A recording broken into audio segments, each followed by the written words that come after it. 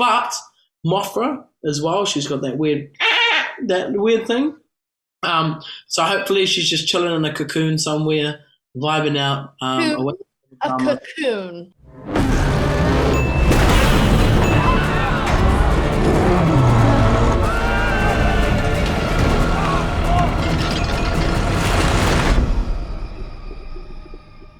With such anticipation, obviously when you both signed on, there's a lot of things that swim through an actor's mind when it's like Godzilla versus Kong.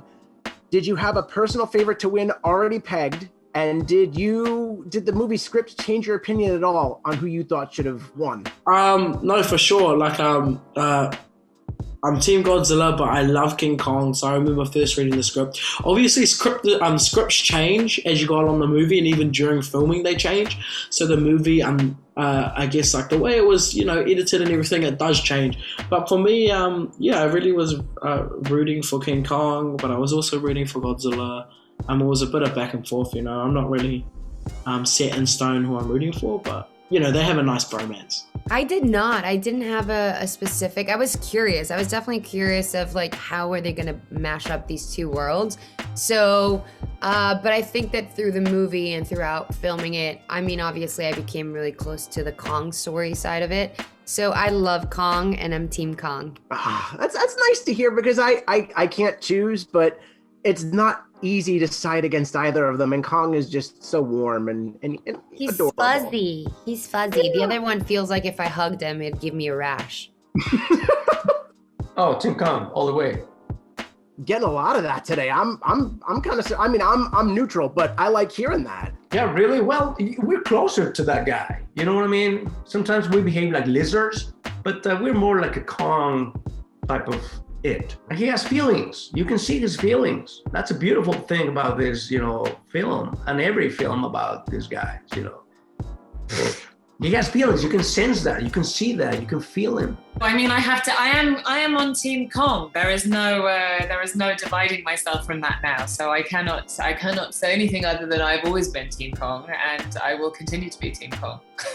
No, that's absolutely fair and on brand because, Dr. Eileen Andrews, just her relationship both with Gia and Kong is just this really nurturing through line that, you've got buildings smashing all over the place, but it's just really beautiful to see that heart there. Yeah, I think that's true. I heard that. That was the intention, so it's nice to hear. I think there was a real effort in this version of Kong to not have his relationships with humans be a sort of, historically he's generally had a crush on a lady or tried to save a damsel in distress, which, I think we've seen that narrative probably enough times. So this version, it was, the people who made the film and the writers wanted it to be his relationship to be with a young girl, and also, the lady, the scientist who's looking after him. So it's kind of a weird family unit with, just a giant child ape Kong person. Sir, man with a hat. Yeah. We need Kong. The world needs him to stop what's coming. Millie, how did it feel to come back to Madison after all this time? And how do you think she's changed since Godzilla King of the Monsters? It was really nice coming back to her, just being able to finish off that character. It feels right to me to kind of continue to evolve Madison. Did you see that pause in my brain? My brain went, pause, Mills. We'll clean it up. Thank you. No, it's fine. You can keep it in there. Okay. Going back to that character was really nice. She's changed quite a bit. She's her mother passed away, so she's just kind of trying to carry on her belief system, which is preserve nature, take care of your environment, take care of the animals in it. So she's really taken that seriously, that role, and she's almost trying to become her mother again. Now, your character, Maya Simmoms, is part of this heavy hitter family in the anti-Titan market, running Apex, being real bosses. And especially the first moment Maya comes out, she's just got this take charge attitude that it's fantastic. I love the "you can be impressed" sort of line. She's terrible. So annoying. And it feels like there's a little more to the Simmons than we see on screen. Was there any pieces of backstory that were cut from the film or that you contribute? Yeah. Oh. Yeah, I mean, the movie changes a lot. At the end of the day, the movie is Godzilla versus Kong, not the Simmons or anyone else. But it was, it was important to convey their story, and we had to adjust throughout the script, and a lot of things happened. But I think I'm really happy with the outcome.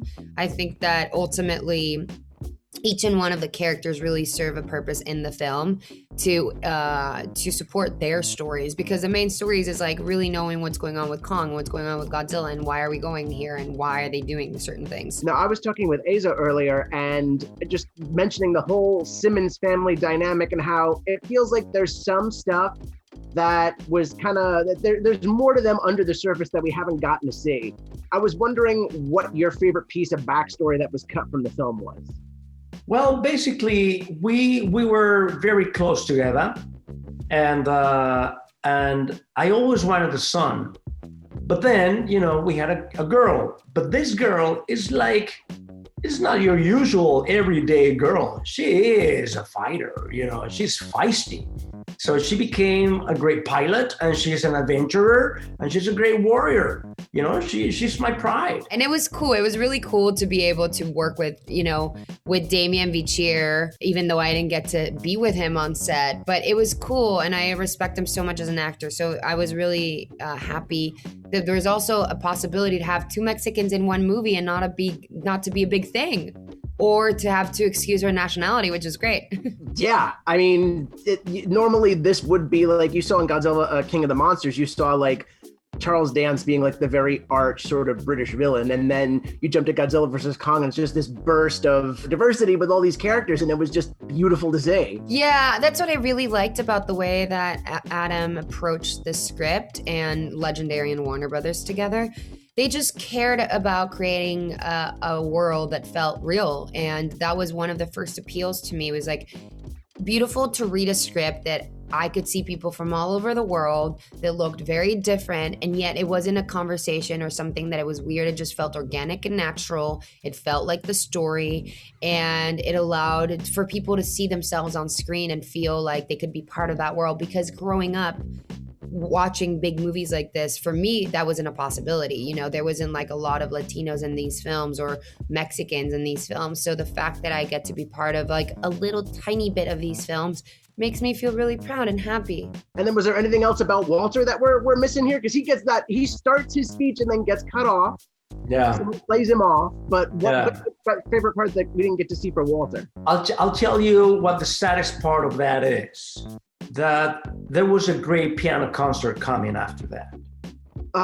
Courtesy of Simmons, because people don't know this, but he's a great piano player. Is that like really, are you fooling with me, or is that really something from the character? It is something real, and hopefully there will be like a prequel where we will see that in the next Godzilla and Kong.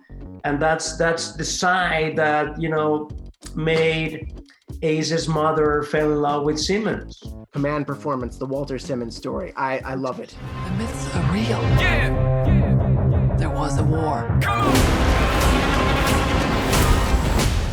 And they're the last ones standing. Last question. Where's Mothra? I don't know. You sure? I don't know. All right. I'll buy that. All right. No spoilers. Come on. Where's Mothra?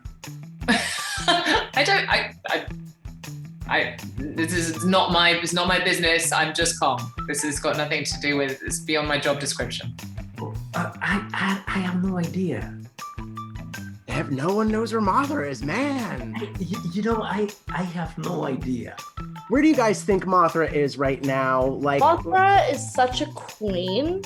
Let me tell you, Mike. She has no time for this boy drama. I mean, get over yourselves with the fighting. Nobody cares anymore. Mothra's like, tell him, boy, blah. I'm like, yeah, that's how I feel, Mike. That's how I feel. Julian, where do you think Mothra is? So I have 3 fears in life. Okay? I have zombies. Here we go. Be prepared. People judging me, and moths. I feel like moths are the ugly cousin of the butterfly. They're furry. They're just furry. They're furry butterflies. They have weird little hairs. They're attracted to light. So you're at night and you have a lamp on, there's always moths around if you live, out in the bush. But Mothra as well, she's got that weird thing. So hopefully she's just chilling in a cocoon somewhere, vibing out. A cocoon. Okay. All right. Mike, take mine. Kong bows to no one.